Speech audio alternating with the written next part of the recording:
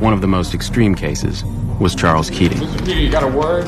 In 1985, when federal regulators began investigating him, Keating hired an economist named Alan Greenspan.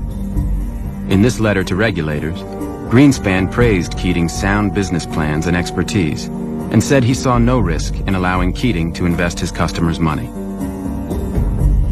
Keating reportedly paid Greenspan $40,000. Charles Keating went to prison shortly afterwards. As for Alan Greenspan, President Reagan appointed him chairman of America's central bank, the Federal Reserve.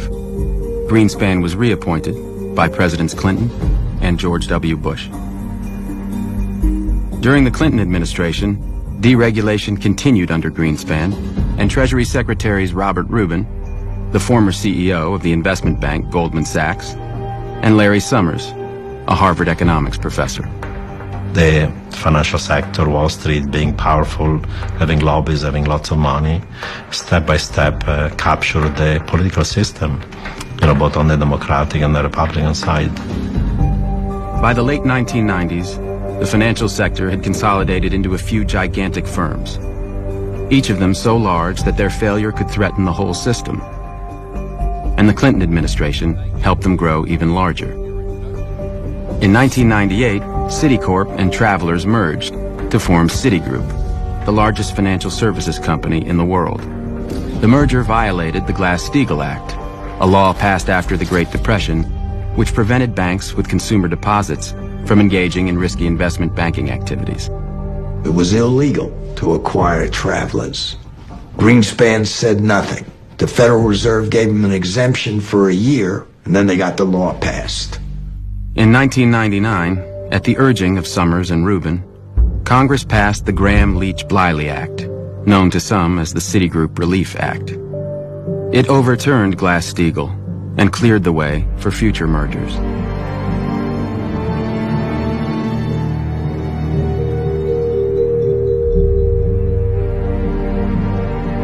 Why do you have big banks? Well, because banks like monopoly power, because banks like lobbying power, because banks know that when they're too big, they will be bailed. Markets are inherently unstable, or at least potentially unstable. And appropriate metaphor is the oil tankers. They're very big, and therefore you have to put in compartments to prevent the sloshing around of oil from capsizing the boat. The design of the boat has to take that into account. And after the Depression, the regulations actually introduced these very watertight compartments. And deregulation has led to the end of compartmentalization. The next crisis came at the end of the 90s. The investment banks fueled a massive bubble in internet stocks, which was followed by a crash in 2001 that caused $5 trillion in investment losses. The Securities and Exchange Commission, the federal agency which had been created during the Depression to regulate investment banking, had done nothing. In the absence of meaningful federal action, and there has been none, and given the clear failure of self-regulation, it has become necessary for others to step in and adopt the protections needed. Eliot Spitzer's investigation revealed that the investment banks had promoted internet companies they knew would fail. Stock analysts were being paid based on how much business they brought in, and what they said publicly was quite different from what they said privately. InfoSpace, given the highest possible rating, dismissed by an analyst as a piece of junk. Excite, also highly rated, called such a piece of crap.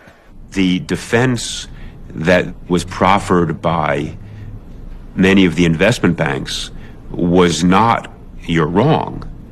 It was, everybody's doing it and everybody knows it's going on, and therefore nobody should rely on these analysts anyway.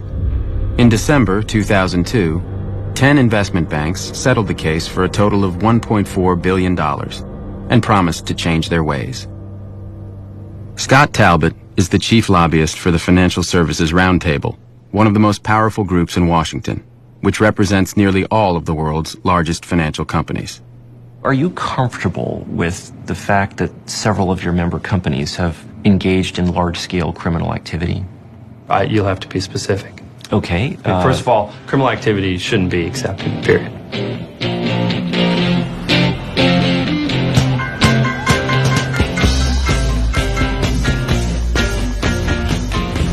deregulation began, the world's biggest financial firms have been caught laundering money, defrauding customers, and cooking their books again and again and again.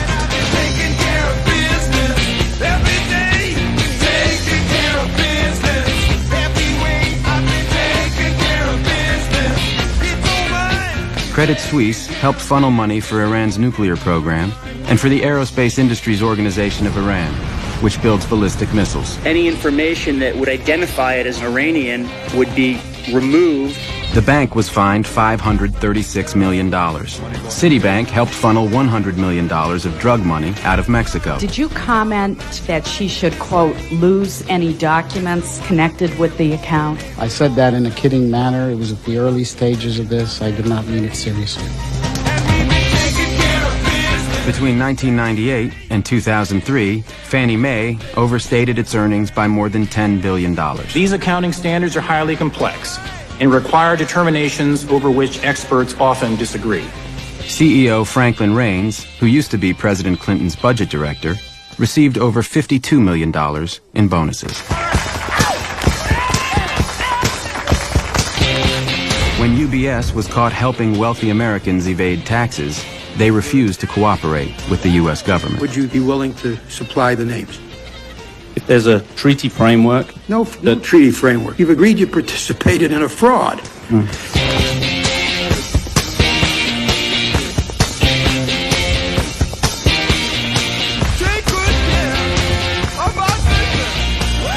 But while the companies face unprecedented fines, the investment firms do not have to admit any wrongdoing. When you're this large and you're dealing with this many products and this many customers, mistakes happen. The financial services industry seems to have a level of criminality that is, somewhat distinctive. When was the last time that Cisco or Intel or Google or Apple or IBM, I totally agree with you about high-tech versus financial services, but high-tech... So how come? High-tech is a fundamentally creative business where the value generation and the income derives from actually creating something new and different. Beginning in the 1990s, deregulation and advances in technology led to an explosion of complex financial products called derivatives. Economists and bankers claimed they made markets safer, but instead, they made them unstable. Since the end of the Cold War, a lot of former physicists, mathematicians decided to apply their skills not on Cold War technology, but on financial markets. And together with investment bankers and hedge funds, creating different weapons. Absolutely, as Warren Buffett said, weapons of mass destruction. Regulators, politicians, and business people did not take seriously the threat of financial innovation on the stability of the financial system. Using derivatives, bankers could gamble on virtually anything. They could bet on the rise or fall of oil prices, the bankruptcy of a company, even the weather. By the late 1990s, derivatives were a $50 trillion unregulated market. In 1998, someone tried to regulate them. Brooksley Born graduated first in her class at Stanford Law School and was the first woman to edit a major law review. After running the derivatives practice at Arnold & Porter, Born was appointed by President Clinton to chair the Commodity Futures Trading Commission, which oversaw the derivatives market. Brooksley Born asked me if I would come work with her. We decided that this was a serious, potentially destabilizing market. In May of 1998, the CFTC issued a proposal to regulate derivatives. Clinton's Treasury Department had an immediate response. I happened to go into Brooksley's office, and she was just putting down the receiver on her telephone, and the blood had drained from her face. And she looked at me and said, "That was Larry Summers. He had 13 bankers in his office." He conveyed it in a very bullying fashion, sort of directing her to stop. The banks were now heavily reliant for earnings on these types of activities. And that led to a titanic battle to prevent this set of instruments from being regulated. Shortly after the phone call from Summers, Greenspan, Rubin, and SEC Chairman Arthur Levitt issued a joint statement condemning Bourne and recommending legislation to keep derivatives unregulated. Regulation of derivatives transactions that are privately negotiated by professionals is unnecessary. She was overruled, unfortunately, first by the Clinton administration and then by the Congress. In 2000, Senator Phil Gramm took a major role in getting a bill passed that pretty much exempted derivatives from regulation. They are unifying markets. They're reducing regulatory burden. I believe that we need to do it.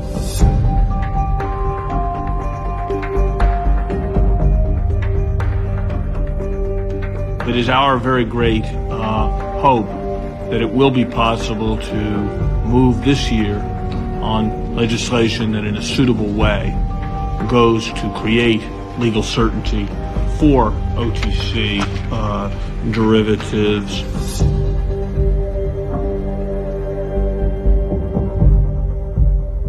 I wish to associate myself with all of the remarks of Secretary Summers. In December of 2000, Congress passed the Commodity Futures Modernization Act. Written with the help of financial industry lobbyists, it banned the regulation of derivatives. Once that was done, it was off to the races. And the use of derivatives and financial innovation exploded dramatically after 2000. So help me God. So help me God. By the time George W. Bush took office in 2001, the U.S. financial sector was vastly more profitable, concentrated, and powerful than ever before. Dominating this industry were 5 investment banks, 2 financial conglomerates, 3 securities insurance companies, and 3 rating agencies. And linking them all together was the securitization food chain, a new system which connected trillions of dollars in mortgages and other loans with investors all over the world. 30 years ago, if you went to get a loan for a home, the person lending you the money expected you to pay him or her back. You got a loan from a lender who wanted you to pay him back. We've since developed securitization, whereby the people who make the loan are no longer at risk if there's a failure to repay. In the old system, when a homeowner paid their mortgage every month, the money went to their local lender. And since mortgages took decades to repay, lenders were careful. In the new system, lenders sold the mortgages to investment banks. The investment banks combined thousands of mortgages and other loans, including car loans, student loans, and credit card debt, to create complex derivatives called collateralized debt obligations, or CDOs. The investment banks then sold the CDOs to investors. Now when homeowners paid their mortgages, the money went to investors all over the world. The investment banks paid rating agencies to evaluate the CDOs, and many of them were given a AAA rating, which is the highest possible investment grade. This made CDOs popular with retirement funds, which could only purchase highly rated securities. This system was a ticking time bomb. Lenders didn't care anymore about whether a borrower could repay, so they started making riskier loans. The investment banks didn't care either. The more CDOs they sold, the higher their profits. And the rating agencies, which were paid by the investment banks, had no liability if their ratings of CDOs proved wrong. You weren't going to be on the hook, and there weren't regulatory constraints. So it was a green light to just pump out more and more and more loans.